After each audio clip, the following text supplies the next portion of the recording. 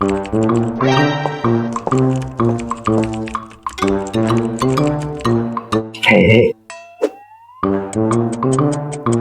ai có hình kế? Anh phải bên nào kê tế, anh chơi đừng đừng kê tế. Hãy cùng đọc là kế. Ok, friend. Vui bơ ai kìa xa.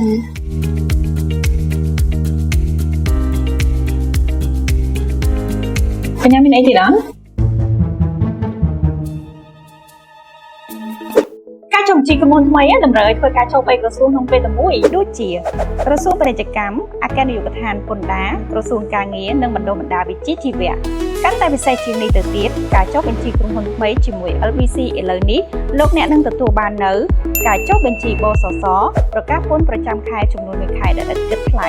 ព្រមទាំងបង្កើត username និង password ស្នើសុំលេខអត្តសញ្ញាណកម្មរាយការណ៍ហិរញ្ញវត្ថុសម្រាប់សហគ្រាសនិងជូនដំណឹងលើការប្រើប្រាស់ភាសាអង់គ្លេសក្នុងប្រព័ន្ធគណនេយ្យកុំព្យូទ័រទៅនាយកគណនេយ្យនិងសវនកម្មដែលឥតគិតថ្លៃ Và anh không thèm lá kế á.